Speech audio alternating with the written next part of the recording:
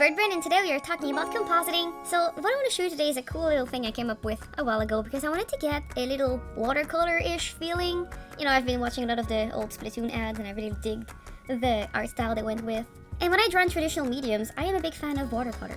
I just enjoy it. I don't want to be good at it, I just like doing it. And you know, I like when the color mixes together and it's a bit foggy and all that. So I was wondering if a way to do it, as usual, very cheaply, in Harmony, because I'm a big fan of making things quick and easy just to get a cool look. And that's what I did with this look. I mean, it's not perfect, but considering that it takes like 3 minutes to set up and you don't need to do anything very complicated with it, and that it's gonna take you from like something that looks like this to something that looks like this in a few clicks, I mean, I'll take it. Okay, it's not perfect, but if it can give some ideas to you guys to do something even better, be it. It's just a little node contraption I came up with a while ago, and I thought I would share it. This is the final result. It looks complicated, but trust me, it's not. So if you have a line art of just one color, but you want to use the color art to color it, to get the foggy effect I've shown you before, here's how to do it. Okay, so first, what you need is an animation with the line art. In my case, almost everything is of the same color for the line art. I did use special color for the beak, eyes, and the eye here, like this kind of eyelid shape. It has its own palette, and you're gonna see why it's important. This is because in the final result, if you want a certain color to pop up more than the rest, you may use it. But then it means that I just have to be careful about the eye, eyelids, and beak color. And the whole rest of the body, I can just use one main color.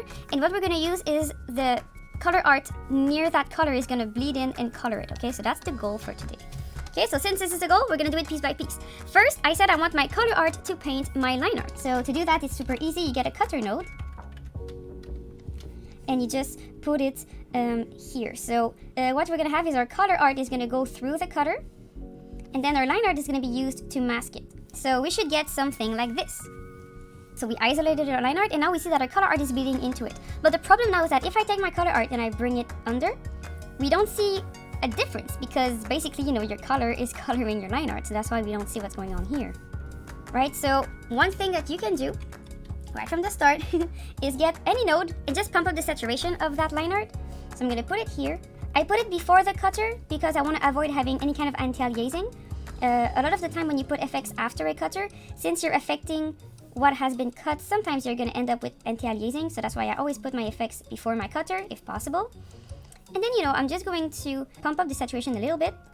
And you see we already start to observe the line art coming in. You can also change the value if you want. There's a lot of things you can do. And right from the start, just this is already really cool. And by the way, as usual, we're doing compositing, so make sure you are in render view. Otherwise, it's not going to work. You're not going to see anything. Okay, so render view. But then we have another problem. Remember, my line is really textured, but then I don't get the texture outside of the rig. You know, if I just have my line art on top here, we see that my texture is fuzzy, but now we don't see it. This is because, remember, the color art stops midway through a pencil line. So to make sure we keep our cool textures surrounding our character, I have one easy fix for you. We're gonna expand our color art. So to do that, I'm gonna use a matte resize. So matte resize, this one. So what it's gonna do is it's going to expand my color art. So I'm gonna take my color art and I'm going to expand it by like 5, I guess. And now, because my color art is getting larger and larger, I get to see my texture around my character.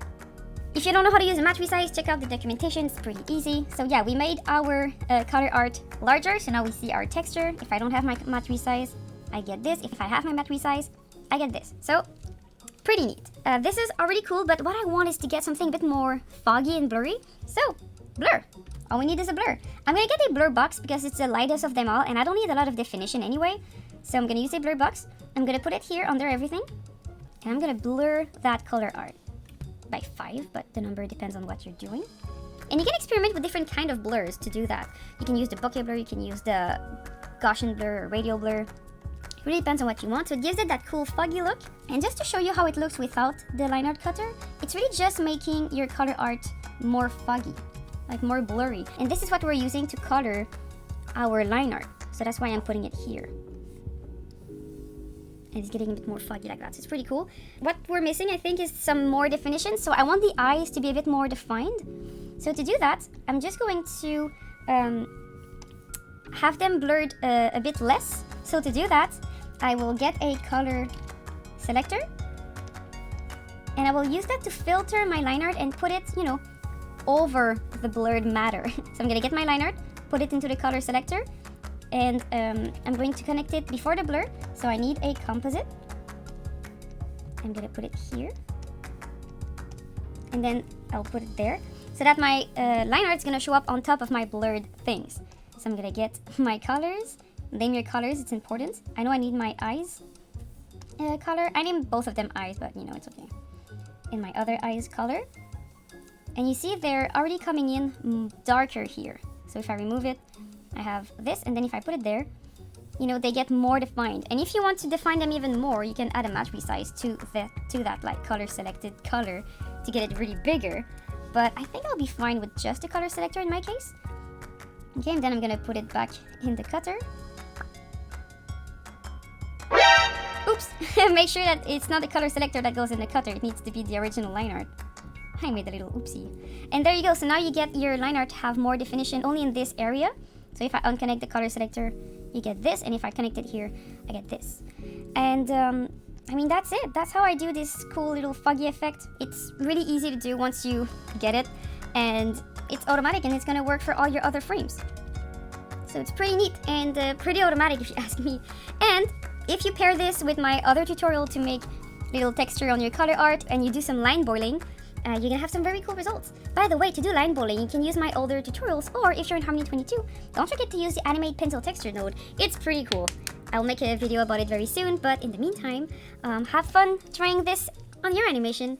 Little disclaimer, it's not gonna work as effectively on rigs. You're gonna need a bit more engineering for this, but yeah, it's pretty easy. So just to say it again quickly, the steps are isolate your line art and color art, then you need to expand, color, and blur your color art. After that, you need to mask it on your line art, and if desired, you can have a color selector to boost up your line art in this composite.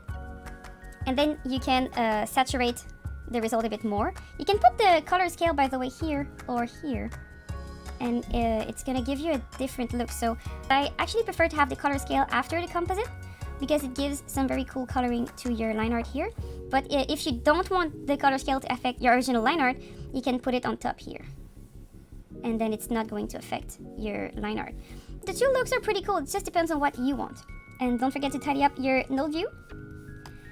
And yeah, so that's my little technique to do cool watercolor line art on a dime. And with that, I'm gonna wish you a happy week, and I'll see you again next time. Bye bye!